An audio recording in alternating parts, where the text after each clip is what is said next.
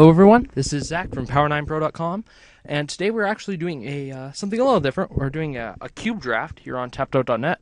We are going to be using the cube of Mrs. Thea Steele. You may know her from her StarCityGames.com article, or her column, where she discusses all things cube. She is generously enough offered to let the 8 of us draft her cube that she has on Magic Online. And so what we're going to be doing is we're going to be drafting it here, and then we'll be getting cards from her on Magic Online and then playing the rounds out on Magic Online. So, without further ado, let's look at this first pack. We have Bituminous Blast, Chain Lightning, Chain Lightning and Lightning Bolt in the first pack. Interesting. Lockstone Warhammer, Moroi. We have all sorts of good stuff. I think I'm going to take Vampire Nighthawk here. Just a very solid body. Actually, no, sorry. I think I have to take Hammer. Yeah, Hammer's pretty insane. Makes any creature pretty much a huge threat. And, if any of you guys ever have played the original non-scarred Mirrodin draft, which I have had the good fortune to do once, you'll know that this was an uncommon, and the Hammer was uncommon. It was absolutely insane. Alright, so here we go. We have Animate Dead, Recurring Nightmare, which is pretty insane. Lets you switch out creatures from play and from the graveyard. Juicy Apprentice, Oblivion Ring. I'm going to try and go for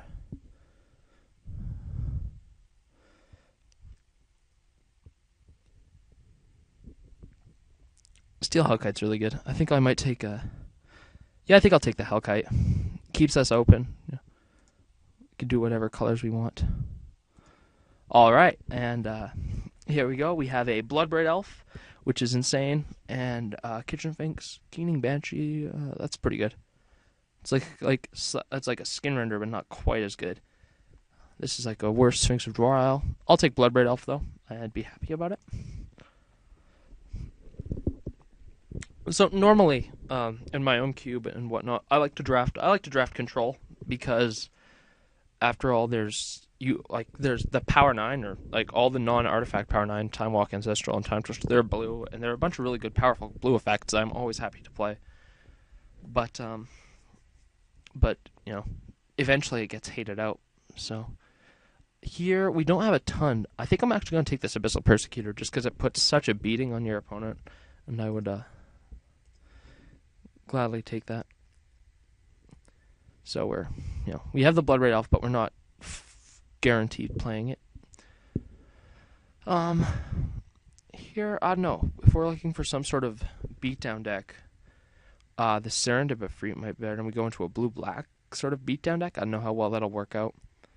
I don't know. I think we'll try it. I like Serendipity. He's a good band. Gets in there in the air really, really well. We might have to abandon this Bloodbraid Elf pick. Su-Chi.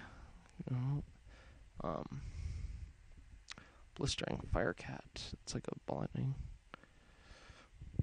Crystal Shard. That's pretty good. Oh man, Crystal Shard plus Bloodbraid Elf. That's pretty insane. I'll take this Shard. I've never had a chance to play with Crystal Shard before, so we'll see how it goes. All right, and here we go. We have Chandra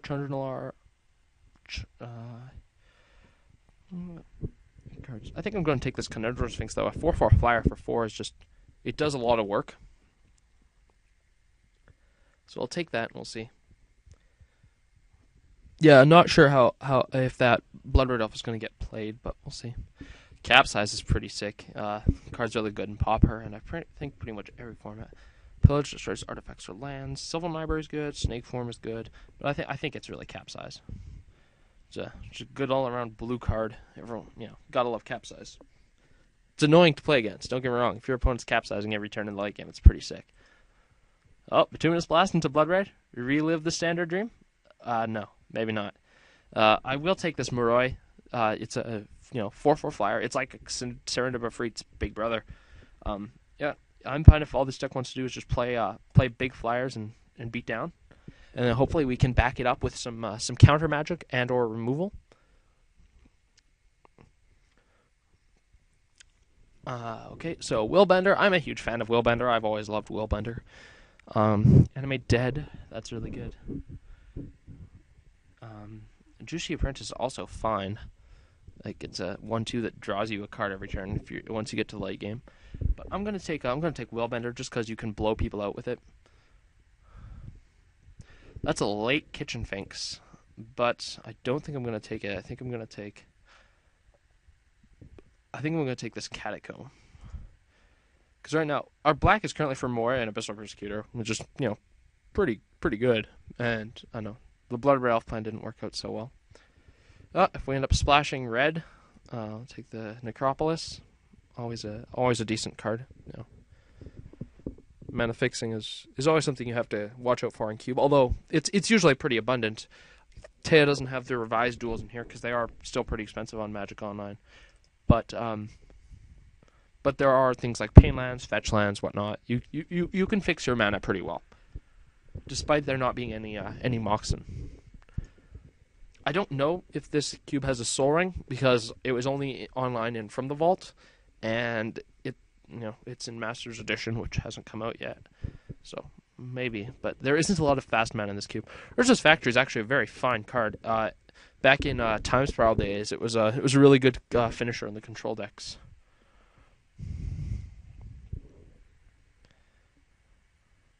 Notice some of the average pick stats are off because I'm pretty sure the average pick for a Knight of Metagrain is not first pick. Like, I don't know, it just doesn't seem right. I find it interesting that you can see these while you're drafting. Like, I don't know. Just kind of weird. Alright, here we go. Vengevine, Arc Lightning, Armageddon, Cloudgoat Ranger. Alright, so here we have literally a couple, like, in cards I'm looking at. We have Riftwing Cloudscape, which is always a good, he's a good man. Bounces a guy, gets in there, relatively cheap if you suspend him. Always he's a Mana War that flies if you cast him on turn 5. There's also this Friction Reclamation. I've never seen this card before, but it looks pretty solid. Like, you can get some really good card advantage out of that. So I think I'm going to take this, actually, and hope that the Cloudscape might wheel.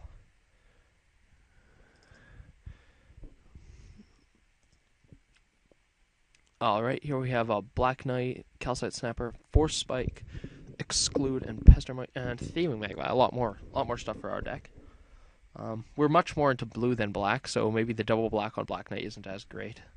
However, Calcite Snapper is a very good card. I'll happily take that. I drafted a lot of Triple World Wake, and went pseudo infinite online for a while doing that, opening Jaces and whatnot. And, blue was by far the best color in that format. Just take Calcite Snappers all day. Here we have Grave Titan, which is pretty sick, and Binding Grasp, that's a Mind Control variant. But I'm going to take the Grave Titan, just because Grave Titan's insane. Alright, here we have John Finkel himself, Shadow Mage Infiltrator. Always a very good card. Versus not John Finkel, Ninja of the Deep Hours. They both do the same sort of thing. We also have Necromancy, which is... Oh, it's like an Animate Dead. Okay, that's cool. But you can play it as if it had Flash, and then the creature dies. However, I'm going to take the Shadow Mage Infiltrator. He just gets card advantage like no one else. Silent Spectre, and deals coming damage. Oh, that's pretty sick with the morph. We also have Counterspell. I'm going to take Counterspell. I'm a blue mage at heart. What can I say? I love countering spells. It's fun because I don't let any other people have theirs. So what Crystal Shard shenanigans can we pull off here? We can return flipped up Willbinders to make them be annoying, and not a ton else. Oh, it's also an out to our Persecutor. We have Vesuvian Shapeshifter, which is like a souped-up clone variant, which is really good, and Preordain, which everyone knows is really good if you've played a lot of standard blue-black control, blue-white control. Pretty much every blue deck plays it. Tower Gargoyle, we could splash off the Azoria Signet. Something to think about, but I think I'm just going to take the Shapeshifter here.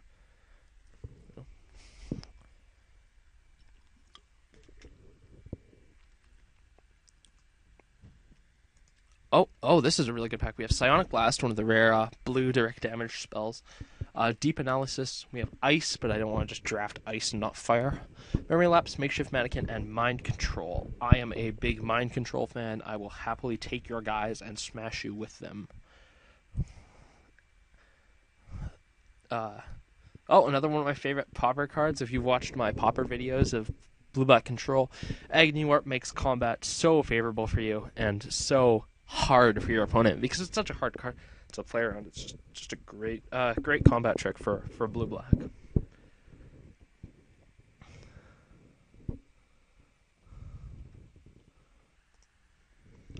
Alright, and interestingly enough, the only mono blue card out of this pack wheeled, which is always good, so I will take this Cloud Skate and be happy about it.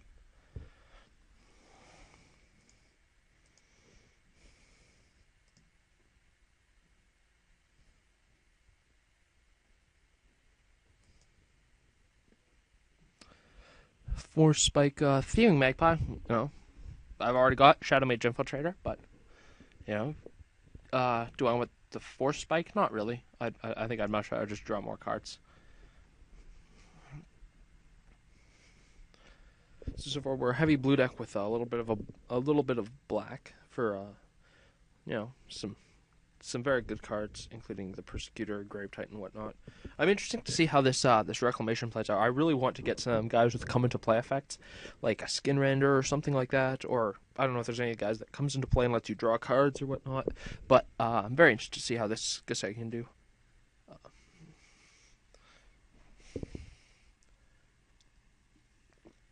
This card would have been great with the Vampire Nighthawk we saw early on, but of course someone's gonna pick that up.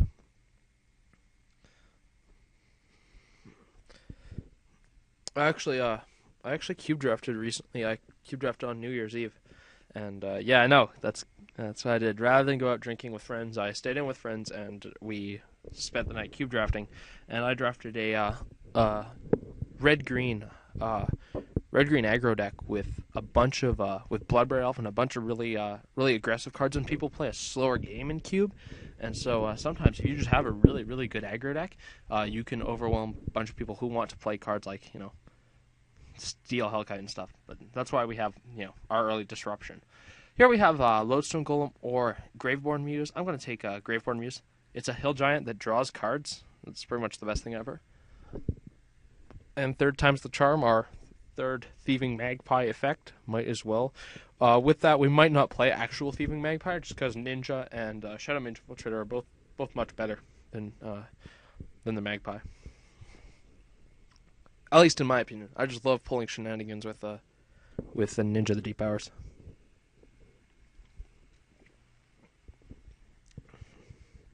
Vivid Creek, decent fix, might as well.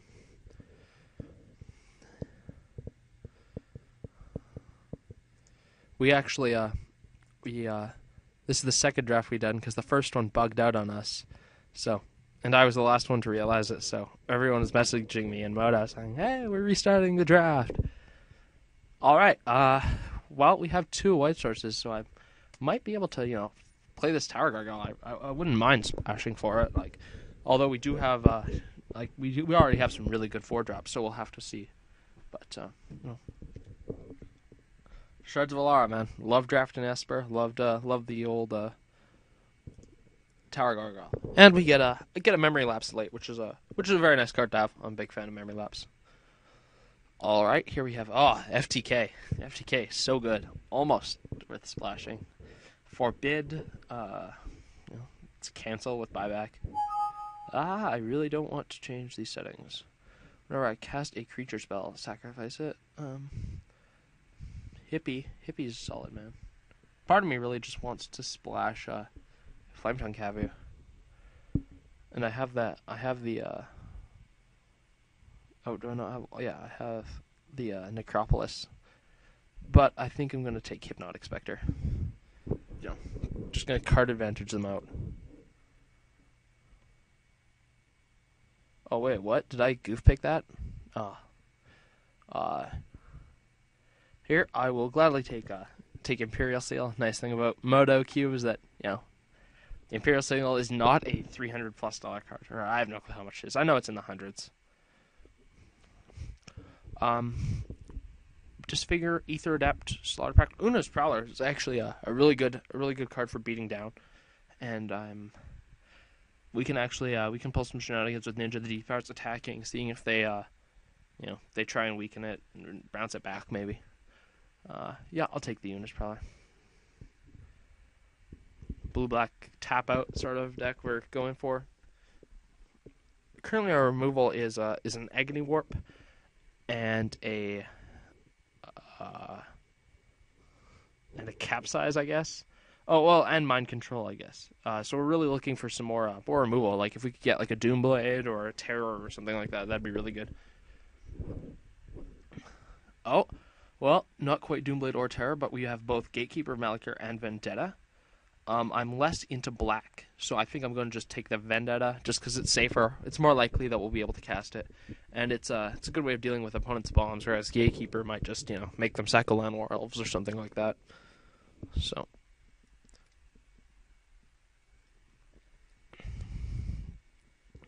Oh, okay, here we have Looter Okora, which is, it's a looter. Every time it hits someone, it's got Shadow. Dothian Marauder is actually not a bad man. He beats in pretty hard. Stalking Stones is the classic, one of the classic control finishers. And Zorius Guild Page, 2 mana lets me counter activated abilities.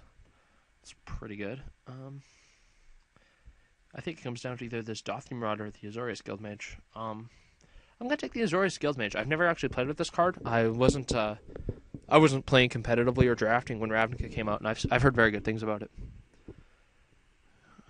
I'm gonna take this Murderous Red Cap because I think it's exactly what our deck wants. Because although the fact it's a 4-drop, we've got a fair few of those already, but it's really good synergy with our Shard and with the enchant Phyrexian Reclamation. We just keep buying it back and killing their stuff.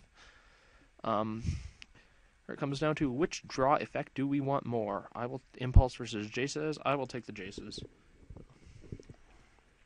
We're a little curve heavy. We're probably going to want 18 lands in this deck. Maybe. I'm not sure. But 18 lands definitely something we should probably be considering. Bunch of red-green. Yeah, not very much red-green being drafted. I will take I'll take the Signet, I guess.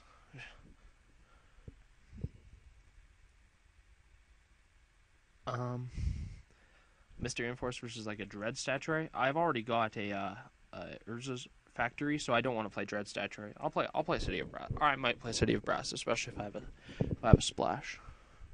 It sucks about just barely goof picking on that Forbid. Like, I don't know, maybe I picked the Knight or something. I'm not sure. But however, the good thing about Cube Draft is that almost every card's playable, so as long as you signal relatively well, odds are you can miss a few picks, and you'll still have a fine deck. I think some people are saying like you might even be able to draft 10 card packs, and you probably would still be fine because you only have to cut 6 of them. Here we have Knight's Whisper versus Doomer Aqueduct. I will take the Knight's Whisper.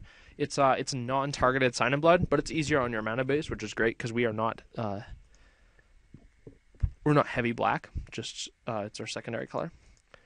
There are a bunch of green cards, land, and a Disfigure. I will take the Disfigure happily.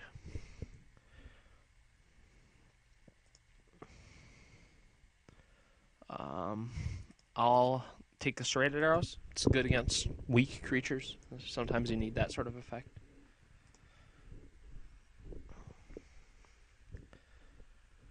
So yeah, our deck's looking all right. I would have liked a little bit more removal, but sometimes we have things like Lockstone Warhammer and Capsize and drawing cards and all that we should be able to get out of this. Miraculous Recovery, we do have I think we have a white Signet. Yeah, we have an Azorius Signet, and we have a City of Brass and a Vivid Land, right? Yeah, so we can easily splash something. We might even, if our opponent's playing lots of artifacts, we might even be bringing in off the creek in the city alone. You have some green. Now we might be able to play like a Nurtabi Orangutan or something like that if we really want to.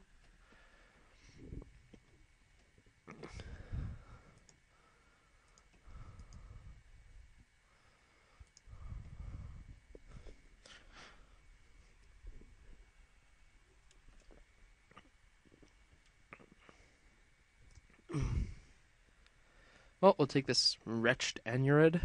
Don't know if we'll play it, but it's a decent beater, I guess. And a Karoo. Notice that Cube Draft is vastly different from Ravnica Block Draft, where the Karoos are extremely high picks because everyone's colors are so messed up. Right, after that little hiccup, we are ready to build our deck. We are a sort of blue-black tap-out deck. Lots of control cards, but fairly high threat density. The card we actually goof-picked over that Hypnotic Spectre is actually Forbid, which is actually a pretty fine card, so it's not all bad. So, let's see. This is the main board here, so I'm just going to drag everything to the sideboard, and then we'll add stuff to the main.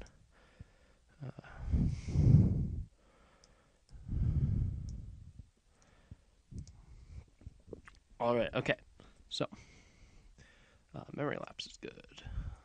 Here, I'll just do it LSV style. So, spells at the bottom, and creature at the top. Willbender is great, 3-drop. Surrender free, good. Calcite Sniper is amazing. Capsize is really a 6-drop, because that's when you want to be using it. Although, obviously, it has the added flexibility of being a 3-drop when you need it to. Into the D-Powers is an interesting card in that it's not really a 4-drop because you never just want to just cast it on turn 4. However, you are usually ninjutsuing it in on turn 4 unless you have a turn 4 play, which are a creature play, which our deck most likely won't have. So, Sphinx, Magpie. I don't think we have any way to really manipulate the top of our library for Sphinx, so we might just be blind calling, which is kind of fun. Alright, Disfigure is good. Imperial Seal is good. We can use it to go get all sorts of good stuff.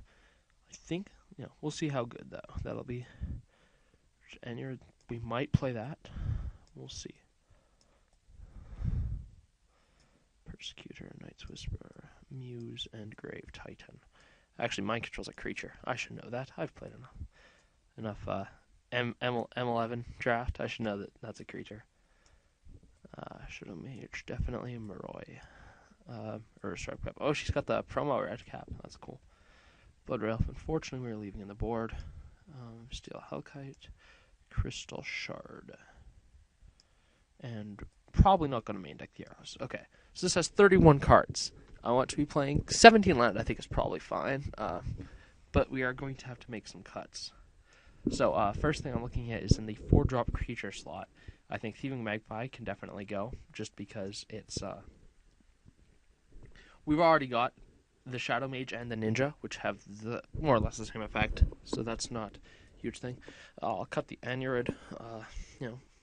Beating in for 3 is not exactly what I want to be doing with this deck. Especially, I don't want to be losing a bunch of extra life. Like, if I can trade the life for cards with Night's Whisper, or for better cards with Imperial Seal, I'm fine with that. Or for even killing their creatures. Or for, bringing back stuff. That's all fine. But, no, not for just playing creatures.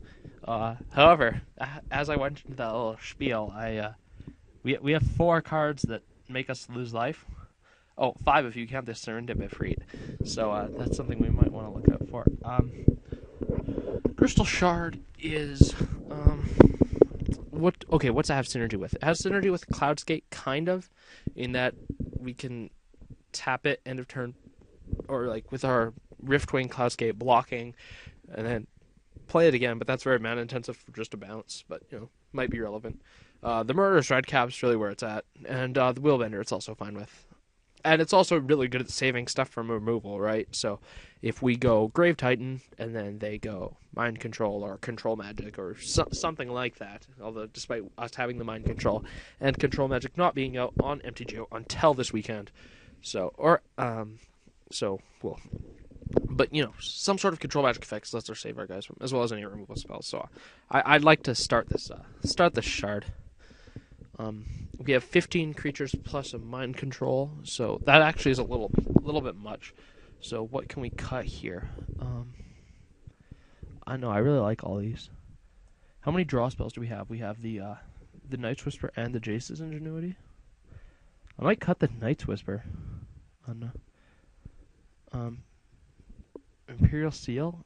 Man, I really want to play this card. I think with such a high creature density, we actually don't need Phyrexian Reclamation. I may be totally wrong with this. I've just never played with this card or against it, so I don't know how good it is. Like, it's like the turn you play it, it's like it doesn't do anything until late game. Disfigure and Vended I have to keep because they're removable. I think I can cut the memory lapse. Like, it's a really good tempo play, but I don't think that's exactly what this deck needs to be doing. We already have Counterspell, so do we need Forbid? I don't think so. I think I can cut. No, I like having the Forbidden here. I might cut Jace's. Yeah, I think since we've got so many 4-drops, I think we might just want to just keep playing 4-drops and whatnot, and so that the Jace's Ingenuity might not be at its best. But Capsize is just so useful that I think we have to keep Capsize in. 26 cards. We'd like to make 3 more cuts. I can probably cut Azorius Guildmage. Counter activated ability for 3 mana. Like, I don't know. It seems alright, but it seems like it'd be way better with the white, with the tapped creature. Although we could easily splash it off the creek and the creek and the Signet if we wanted. Yeah, I actually like that. I like keeping that in.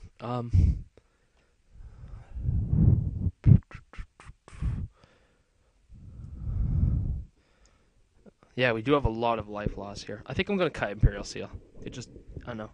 It doesn't actually replace itself, so it's, yeah.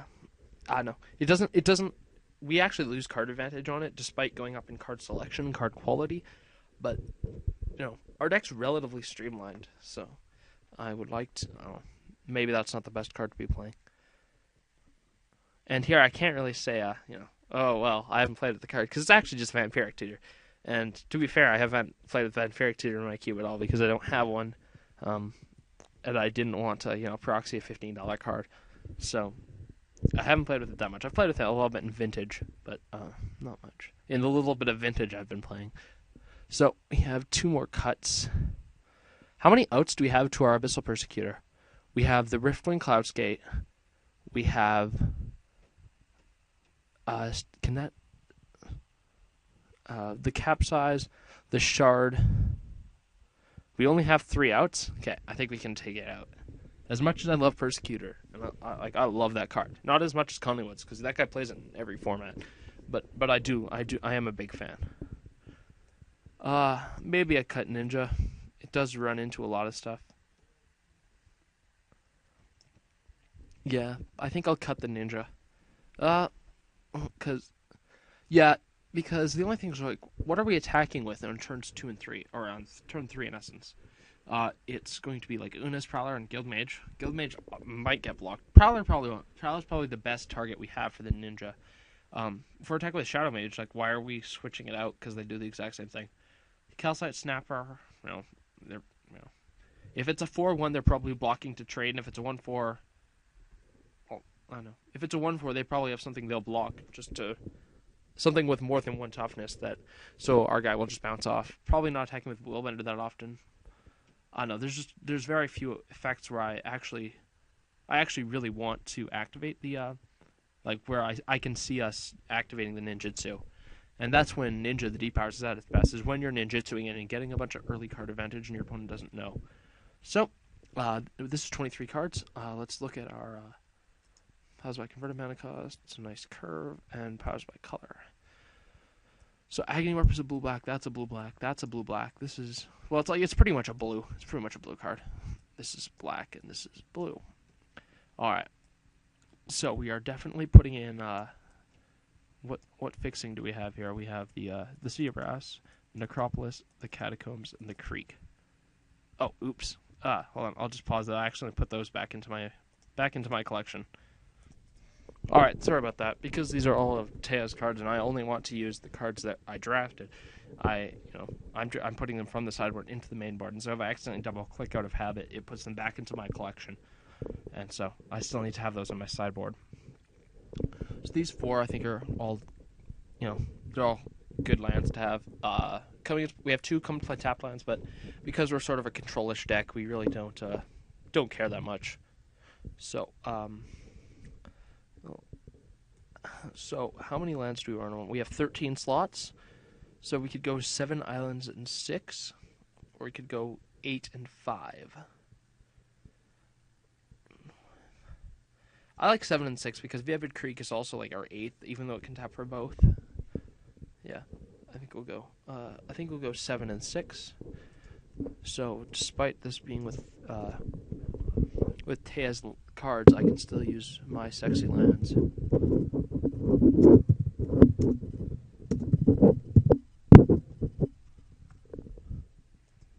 The one thing I like about, one of the many things I like about MTGO is that I can play with sexy, sexy lands. Because some people, like myself, don't have Euro lands and stuff like that in real life. So, well, that's my opponent.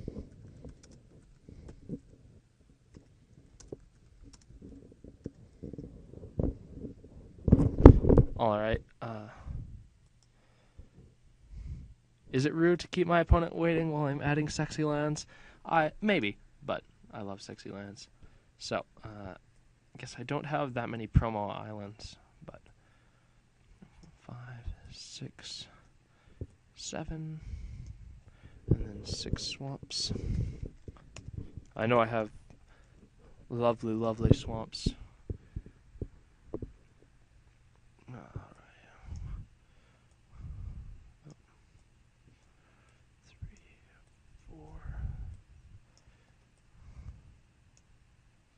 Oh, was there a non-foil one? You're a non-foil. Alright. Alright. And we will see you in round 1.